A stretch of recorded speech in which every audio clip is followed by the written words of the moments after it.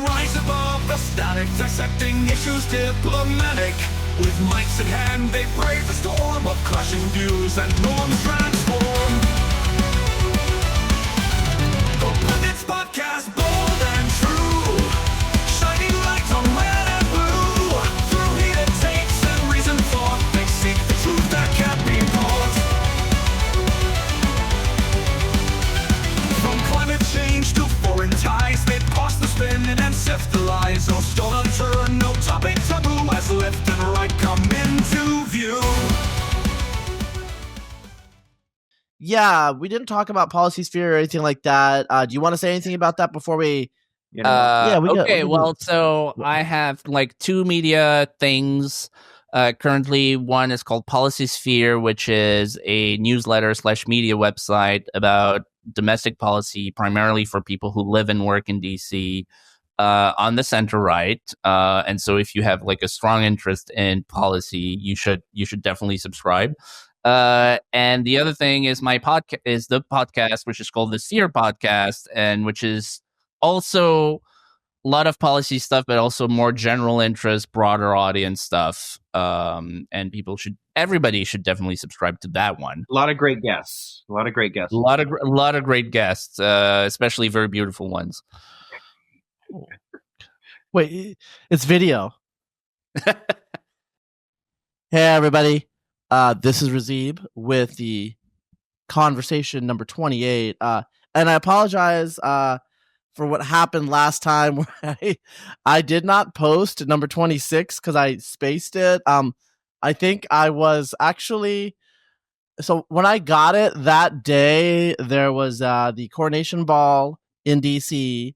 And then I was getting jiggy with it at Butterworth's. And so it's just like everything I just kind of like forgot. I thought I had posted it because I have a pretty regular cadence about that. And I was getting so many emails that our editor emailed was classic Razib intro. It's like I was so busy partying with like hip and cool people that I forgot to put up the podcast. That's like I'm in my element right away. Sorry, I don't know if that was perfect. I don't know if I said this last week the last time we recorded, Josiah, but it's like at the coronation ball. So I'm at the coronation ball hanging out with my bros, and there's a really hot slim blonde comes in. I'm like, oh hey, I'm Razib, and she's like, hey, I'm Dasha, and I was like, oh hey. I'm like, hey, Dasha, I mean, you normally look good, but you really look good right now. But everyone else was like, yeah, like, I get it. Like, you know, because like your body count. Oh. No, I didn't we didn't have like a deep discussion. We talked a little bit, but you know, because I kind of wanted to recover there because I've literally spent like, you know, 4 hours recording a podcast and then drinking with her. So I know what she looks like. It's just like, you know, with the makeup. So, you know, I think there's a whole thing on the internet. It's okay. You think all white people look the same. We know. Oh, no. I have very, very, very, very fine grained. But, you know, like there's a thing right now on the internet which kind of dumb about physical appearance and the young right and all that stuff. But, you know, I mean, I do have to say that a lot of the younger people, you know, the average American is kind of fat. Actually, like what is like the average American woman is 5'4", 170 pounds, right? Yeah. I'm not even going to convert to kilograms, but you know what that looks like. Those people, there were some people like that, but they were very, very rare at the events that I went to. And I think I mentioned this last week. It was, I'm going to say interesting because there was also a Trump rally. The Trump rally goers were not the same people that were at the balls. Right. So there's two different streams here. And I do have to say physically different BMI. I'm very physically distinct, like, you know, just like the teeth, the skin. I don't want to, you know, and they were talking about it, like in terms of like some of the people that I was with were talking about it. They were like, whoa, are those our voters? I'm like, yeah, you know, because you know, I'm hanging out with people who are like going to work in like IT in Doge, you know, like these are the type of people, like young guys who are going to be like, you know, pretty high up in Doge doing information technology, people going to the DOJ, people doing all sorts of cool things. And then, they see the average American voter and they're like, whoa, okay, I get it now. So anyway, that's like not part of the You realize this is being recorded, right? Oh yeah, no, that's fine. It's fine. Paywall. This is. No, but I mean, I don't think I'm offending. Everyone knows, like we know it's a vibe shift. We can like say what we actually think, So it was just interesting because there was a culture clash there, and these are not they're not like squishes or anything like that. I mean, these are like pretty far right people, but they definitely come from different class backgrounds here, and I don't know how that's going to work going forward. I don't think it's been very salient until recently because the right was not really in power, Yep. And so now we're gonna see all those sorts of things. I mean, actually, like let's just start out. Pascal, like you're on the other side of the pond, Yes. and you're not even in England, which is like actually at least a dependency. I'm not you're officially one. Yeah, you're officially an independent country, France. Are people in France Quebec of Europe? If England is that's pretty low. That's pretty low. Europe, right? It's a kind of. Do you want him to just like drop off the call right now? I mean, what are you trying to do here? He cut off, so I have no idea what he said. Okay. He said France is like the jewel of Europe. Yeah, right, so actually, like talk real quickly. What's the view from France on the vibe shift, on Trump 2, et cetera, et cetera? What's the view from your situation? I mean, I don't think people are aware of the vibe shift for sure. I don't think they really understood that there was a vibe to be shifted. Like, I mean, certainly from France, like it's sort of like skipped. Like we don't really care that much about what the Brits and Germans are obsessed with American politics and French people aren't. And in terms of Trump himself, I mean, it's the usual suspects. Like some, a bunch of people are like, "Oh my God, Hitler," blah blah blah, and other people are more reasonable. I was talking about this with someone actually earlier today, somebody who works in Brussels, and we talked about like what Trump did with Colombia. Because that is actually a huge issue in France, because in France we have this problem. We want to send back illegals and the home countries won't let the planes land. Right. And, this is like, ooh, you say you want to get rid of immigrants, but then, and politicians say, well, we can just make them, we can make them take them because we're like a real country. But of course, that's never been demonstrated. And so what Trump did with Colombia, where like in 2 hours, like the president was like kissing his feet on Twitter, is a real demonstration of the case that, you can just do things. So that was, I think, a big deal. And I think it hasn't percolated yet, but in many cases like this, he's going to demonstrate that, no, actually you can just do the things you said you do. Like you can actually do them in the real world. It's not just theory. So I think that's going to be very powerful. Yeah, it'll be interesting to see because, it's one thing to do this thing with Colombia. That worked. I think you can do that with like some other countries as well. But, the danger I think is that you just like overplay that hand and just like, okay, well, now we're going to tariff this country and now we're going to tariff that country. Eventually someone's going to try and call your bluff. I don't know if it's a bluff. Like, I don't think Trump was bluffing when he said, no more visas for Colombians. No. I mean, yeah. So you could do it with Colombia, but you could like, there's right now. It would be harder to do with China. Yeah. Right. Exactly. Yeah. Or, I mean, he's talking about tariffs on Taiwan, Yeah. Well, so I think Josiah, though, maybe like what you're getting at here is, his execution and his just doing something. A lot of its value is in the fact that he did it, and then he can threaten to do it, and then there's actual teeth to back up the threat, and you threaten you don't need to do it. Yeah. So Right. it changes the diplomatic landscape of the discourse, and we can just cut through the crap. Yeah, that's part of it, and then it's also part about like picking your targets, because what you can get away with Colombia, it's harder to get away with. I mean, it's harder. It would be harder even to get away with it with Canada, and then with China. Well, You know, I'm just talking about the specific issues of home countries not taking in their migrants, and like those are all like tiny shithole countries that Right. any first world country can bully around if it actually wants to. Right. Certainly, like if France cut off remittances and visas to Algeria, like that country would collapse like overnight. Right. So. Yeah.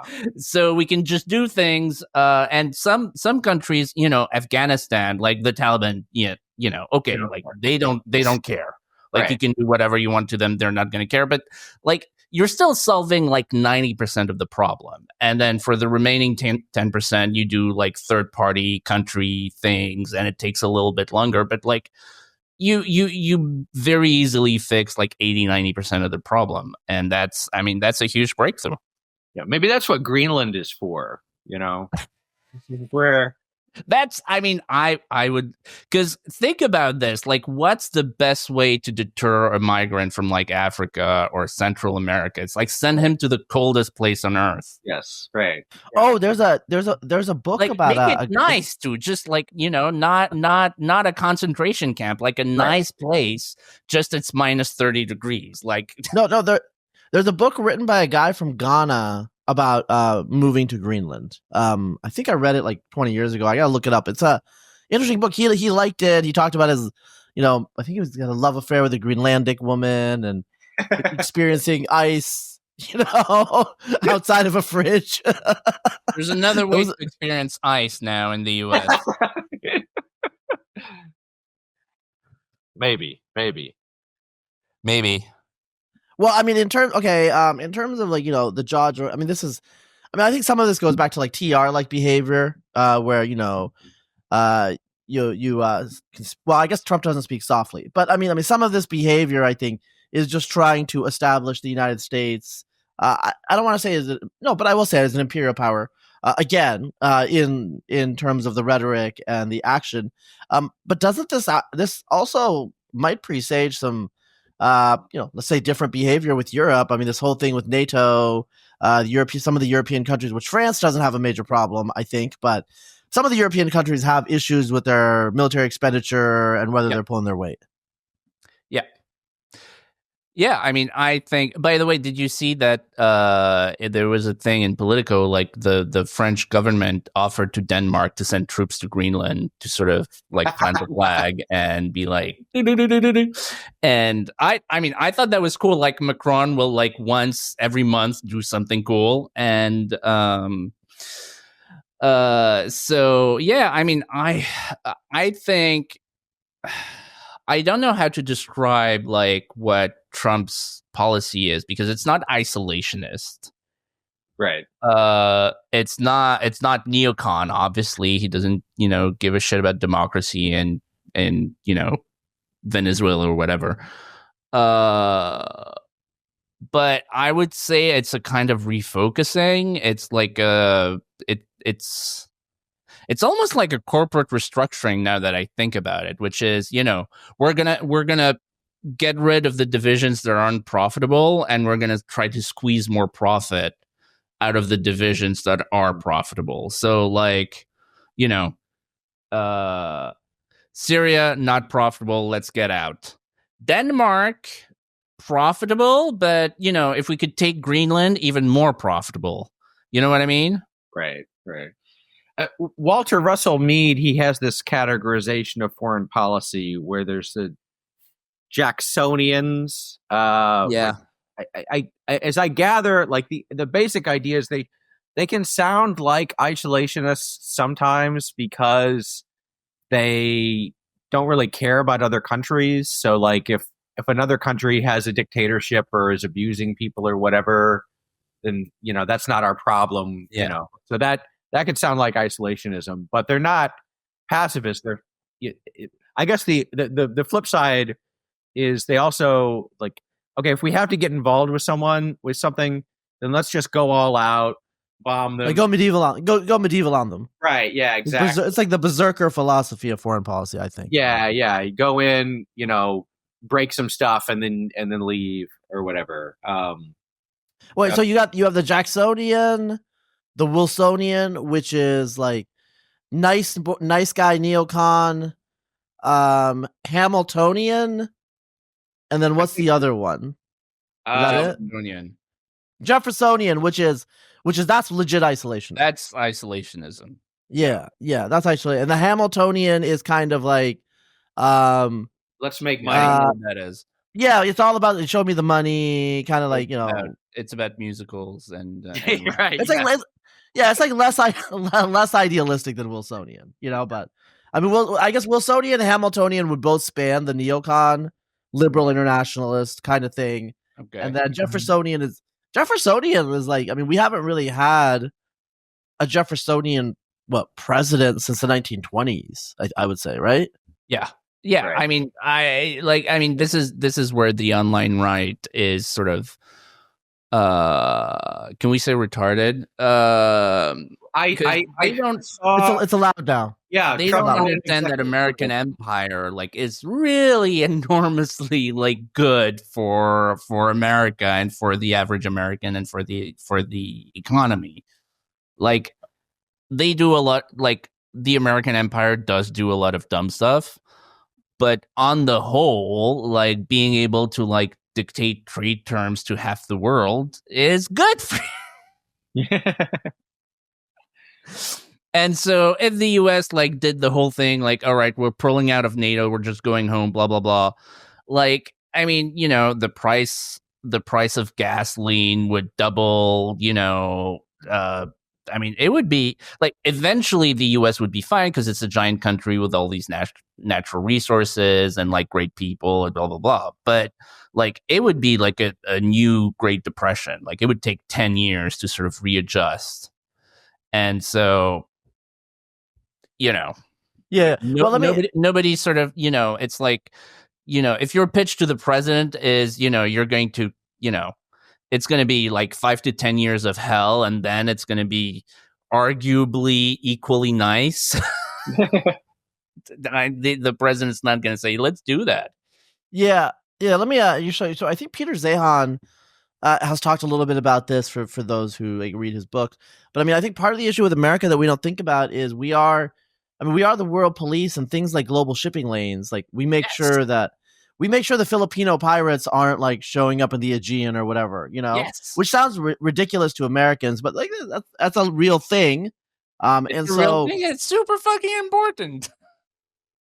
And so, we take for granted a certain level of peace and stability that allows trade that is due to our military might. So it's the Jeffersonian idea is, oh, you just trade and blah, blah, blah. You don't have to do any of this thing. But your point is, Peg, is that the trade is conditional on our imperial umbrella, right? Yes. Or it's conditioned on a imperial umbrella. So Jeffersonianism worked in the 19th century because the Brits were doing that. Right. It's conditioned on there being open sea lanes and a sort of open trade system and not huge wars, small wars, but not huge wars breaking out, every so often. And for that, you need a global superpower, and Europe doesn't want / can't do it, and I don't think anybody wants China to do it except China, and so that leaves America or nobody. Yeah. Also, having the global reserve currency is kind of nice. I feel, there's some props. People just it's bad for manufacturing, but it's good for finance. But on the whole, it's probably good. Yeah.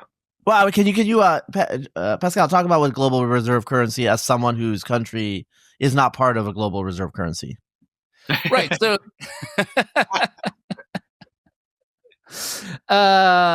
yeah. I mean, by the way, it's like it's hilarious when they introduced the euro. They were like, "Oh, it's going to be the next global reserve currency," and like, now would you hold a euro?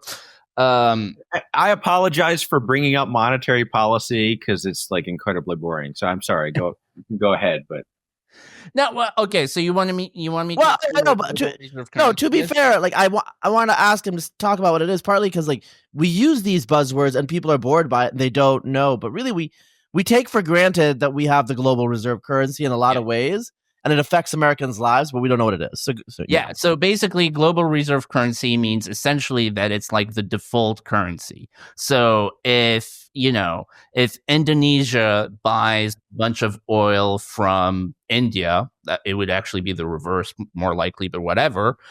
They're going to transact in dollars just because it's like the default that everybody uses. It's like Windows, it's like whatever. And so that guarantees a sort of structural level of demand for the dollar, number one, which makes it a more powerful currency, which kind of hurts American manufacturing because it means the dollar is sort of more expensive than it would be otherwise. But is really good for American finance, and American finance doesn't just mean Wall Street. It means every company being able to raise money. It means Americans having access to credit and so on and so forth. And also within that, you can only do dollar transactions through American banks because in order to hold dollars, you must be allowed to by the Federal Reserve, right?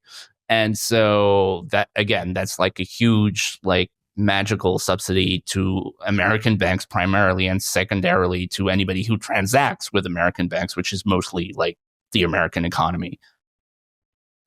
and it makes us.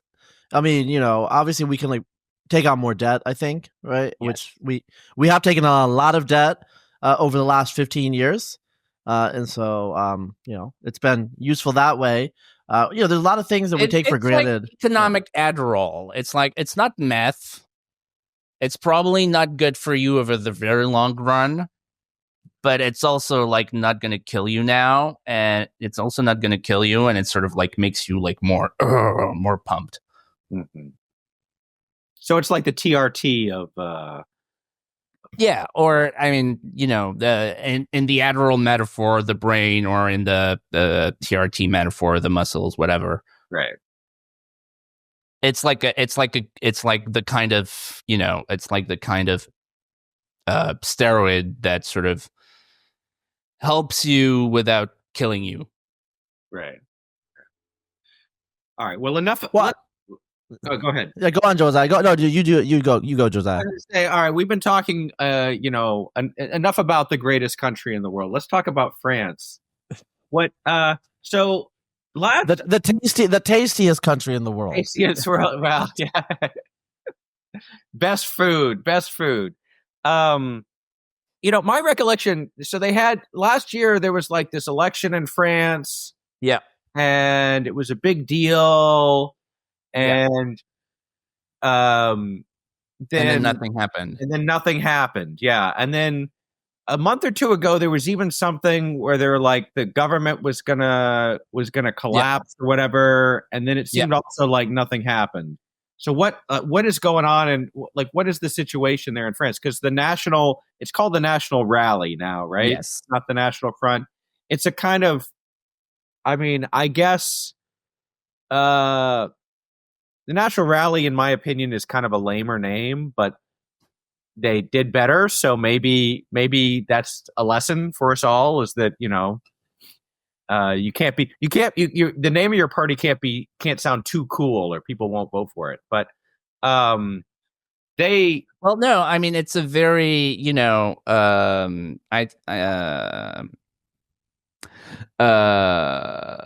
like if you feel the need to keep changing your name, that's an indicator that you perceive yourself as low status and want to gain status. And so the French Socialist Party, they called themselves Socialist Party in like 1950 whatever, and they're still called the Socialist Party. And like French conservative parties change their names every 5 years. Yeah. in a futile rebranding exercise. So I agree, National Front sounds more based, but that's why they changed it. Right. Yeah, exactly. So what is the situation there now? Like, what's going on? Obviously, you still have Macron as the president, and Yes. I there- mean, what's going on is nothing. So basically, the election. So you basically have like three blocks.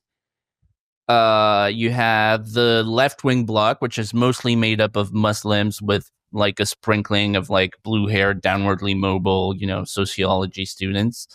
That's 1/3 of the country. You have 1/3 of the country, which is boomers with like a sprinkling of investment bankers and startup guys. That's Macron. And then you have normal people, and that's the National Rally. And so, how do you get a majority when your country is split 1/3, 1/3, 1/3, and like none of those people can agree on anything. So the first government fell. Macron like replaced it with like basically the same guys with like some changes, and now it seems to be holding. I don't know. Everybody. So the Constitution says he has to wait a year. If he calls an early legislative election, he has to wait a year before he can do it again. So everybody assumes he's going to call another one as soon as he can, which would be July, but nobody knows that for a fact. And then, of course, there's going to be presidential elections in 2027. So, and until then, Macron's a lame duck. Everybody's campaigning essentially for president. So, in the US as well, that when you have like a lame duck president, sort of nothing happens. Everybody's just running for president on both sides. And so it's kind of toll. Yeah. not this time. We have a lame duck president, but no one. Well, he just got in. He just got in. So that's kind of, he's going to be a lame duck in 2 years. Yeah. After the midterms, we'll see. I mean, the probability that the Republicans keep the House seems pretty sketch, but we'll see. Yeah. And I mean, Trump could potentially, we'll see, but he could probably like get all of the juice out of his term just because of his like personal standing with the Republican electorate. So he can still like light a fire under Congress, Right. his side of Congress. We'll see. But anyway. Yeah. Wait, so is there a possibility? Is the Hallbach option, which was hypothesized a decade ago? Yeah, whatever. I don't know how to say them. Is that option still possible in France? Option? Where some communist Muslim. like wins an alliance with the Islamists, like all that stuff. Like, what's going on? Because you guys have like real communists that are still like an electoral force. Yes, we do. I mean, mathematically, it doesn't seem to be possible. We'll see. Honestly, I mean, there's a non-zero chance that if it does happen, there's just going to be a military coup. That's always in France a possibility, right? What's his name? Luttwak. Yes. If you've read his book, like he keeps holding up France as the example of like the most coup-proof country on the planet, although he incorrectly his explanation is incorrect or incomplete, but and anything is possible. Certainly we've had violent regime change before. Right. It's part of it. As well as non-violent regime change. We've done all of the things. So, anything is possible. Yeah. I mean, this is, I think this is one thing that makes French history interesting is that occasionally, someone will just come along and say, I think I would like to be in charge of France now. And people are just like, okay, yeah, sure. You seem like you know what you're doing, and so it's yours. Yes, because they're all secretly yearning for a king. They all French people subconsciously know that the French Revolution was a terrible mistake. Yeah, and they're just yearning for the return of the king. Right. It doesn't. It doesn't even have to be French necessarily. You could be Corsican. You could be. Wait, but That is France. okay, let's not don't trigger. But I mean, the French presidency is an imperial presidency, though, right? Yes.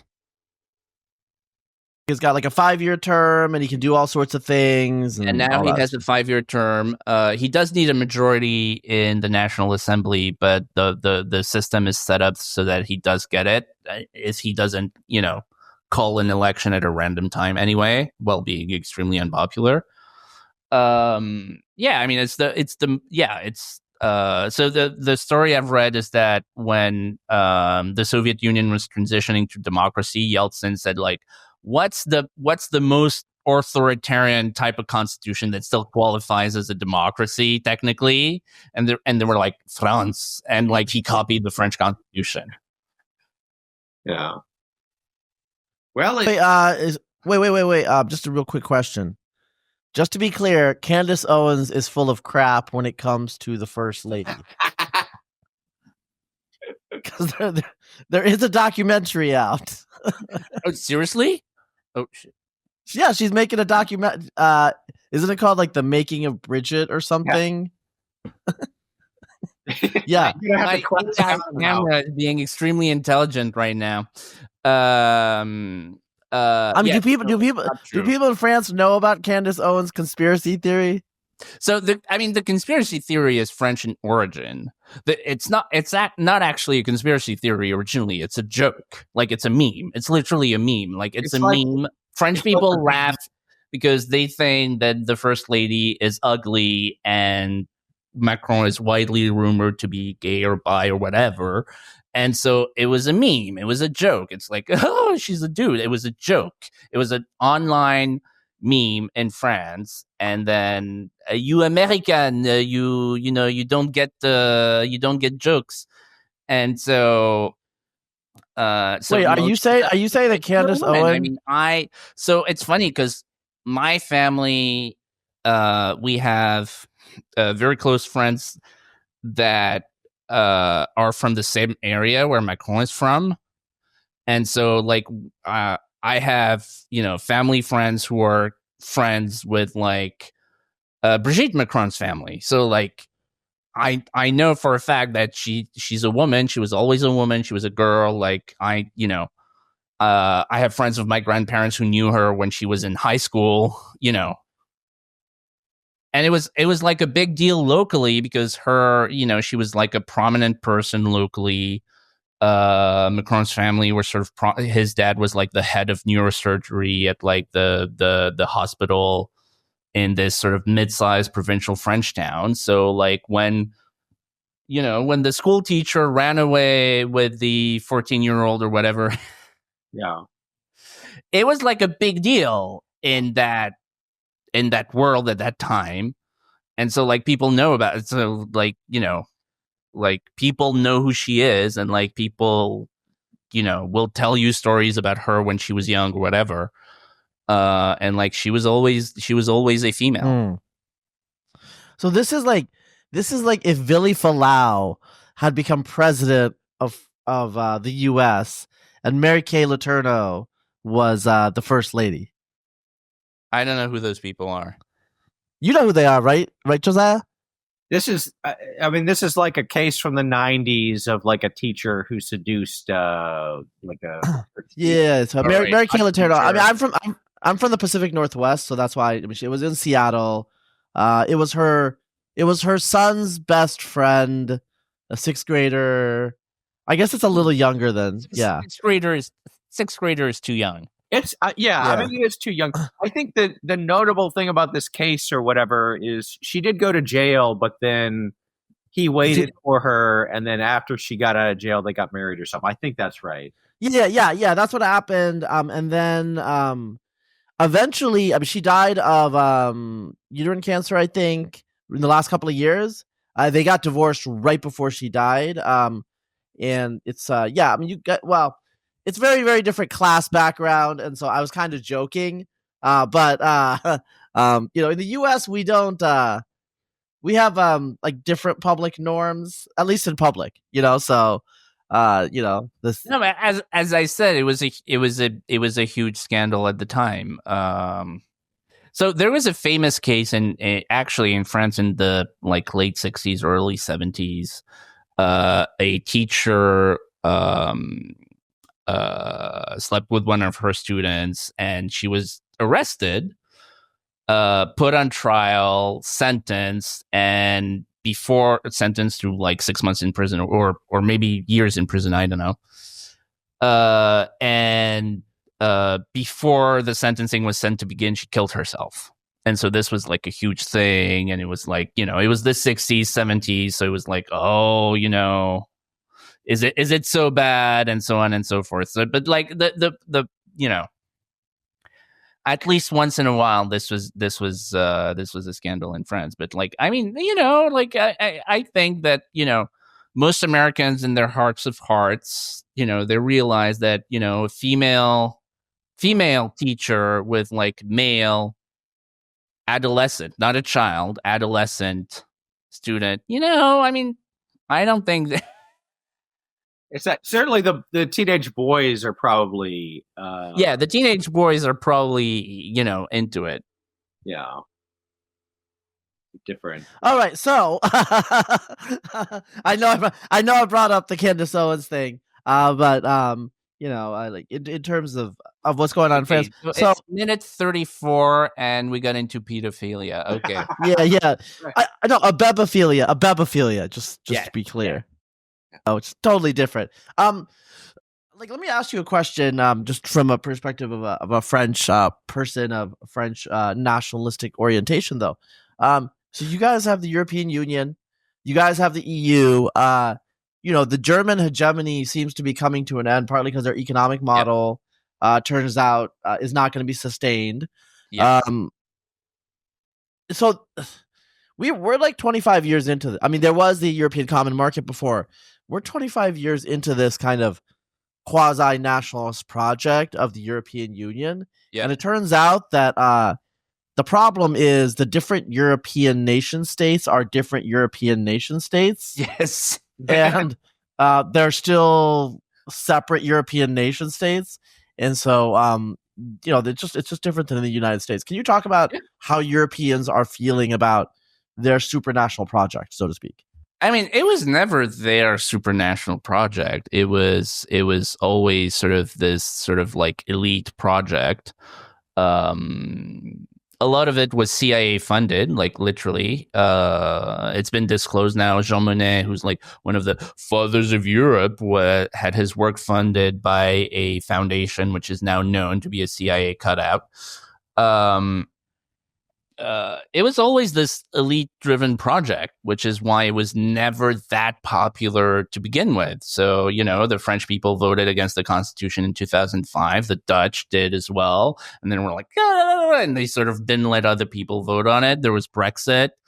There have been other sort of defeats. I don't know. Like, I don't remember all of them, but I think Spain voted against one of the treaties at one point, whatever. It was never that popular to begin with for the reason you state, which is that, Europe, I mean, there are regional, obviously, and cultural differences among American states. There are cultural differences between Texans and Californians and Ohioans. But they're nowhere near as significant as the differences between, Spaniard, Dutchmen, and Poles.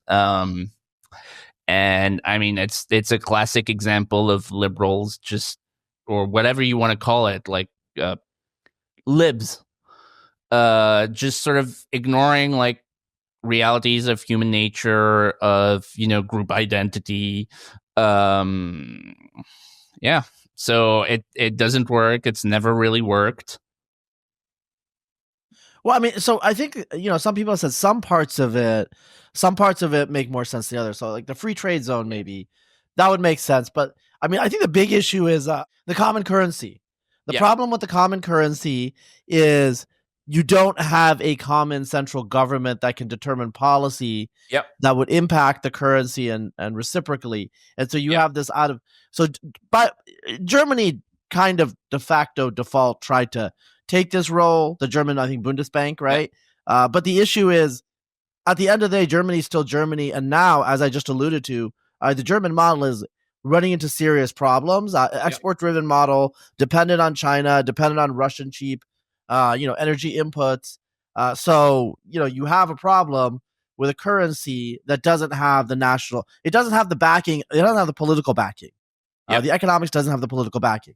And so, I mean, but the euro is still going to be around. Like, you guys are just going to keep muddling along indefinitely. Like, this is how and like, we want to talk about technology policy and stuff like that in Europe. I don't think, look, Europe is not, obviously, the European countries, well, except for Greece, maybe like 10 years ago, are not failed states, right? But, what I usually say is, like, that's where Europe is where civilization is going to retire.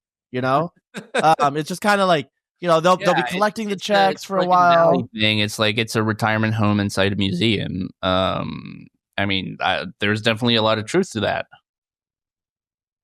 But are Europeans just? I mean, like, because you just said there's a lot of truth to that. But I mean, obviously, you have because, like, I mean, I know you're in the States a lot, Pascal. A lot of Europeans are Europeans aware of how Americans view them? At least Americans in the know. Most Americans don't think about it, but people in technology and other spaces, they would love to have, that labor force and that market and all these things. But I'm getting the sense in the last couple of years that people are just like, you know what? Like, this is like all these like regulations, GDPR, all these other things.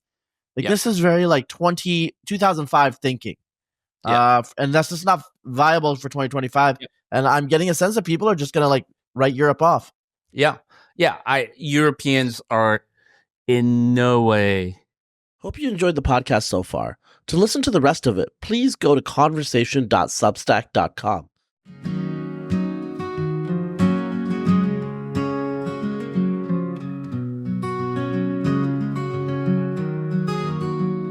Two minds met on a summer's eve, each with truths they long believed. Words flowed like a winding stream as hours passed in deep debate.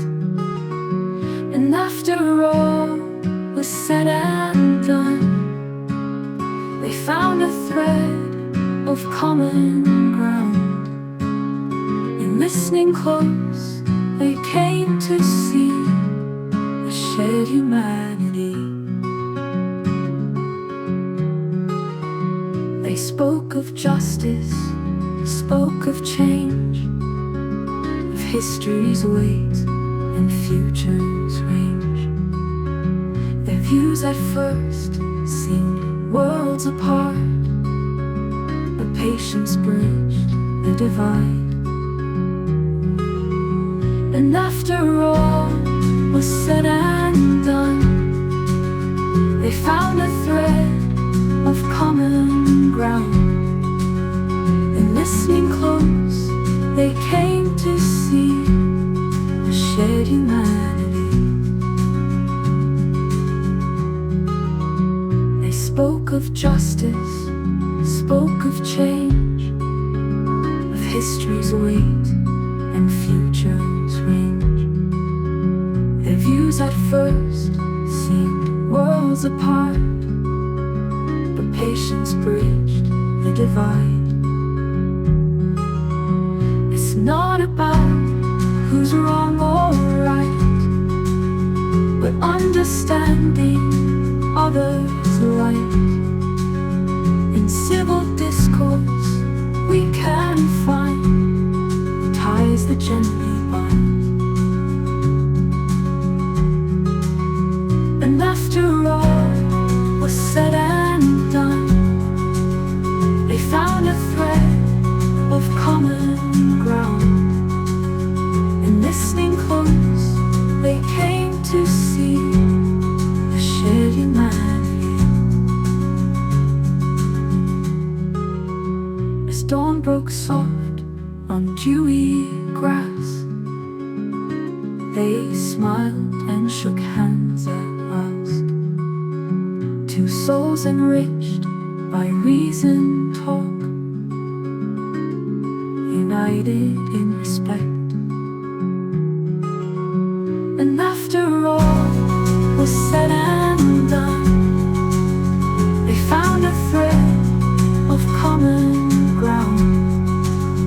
And listening close, they came to see a shared humanity. This folk song captures the essence of a long, thoughtful discussion between two public intellectuals. It emphasizes the power of patient listening, mutual respect, and the discovery of common ground. The gentle tone reflects the common understanding they reach after their debate. Would you like me to expand on any aspect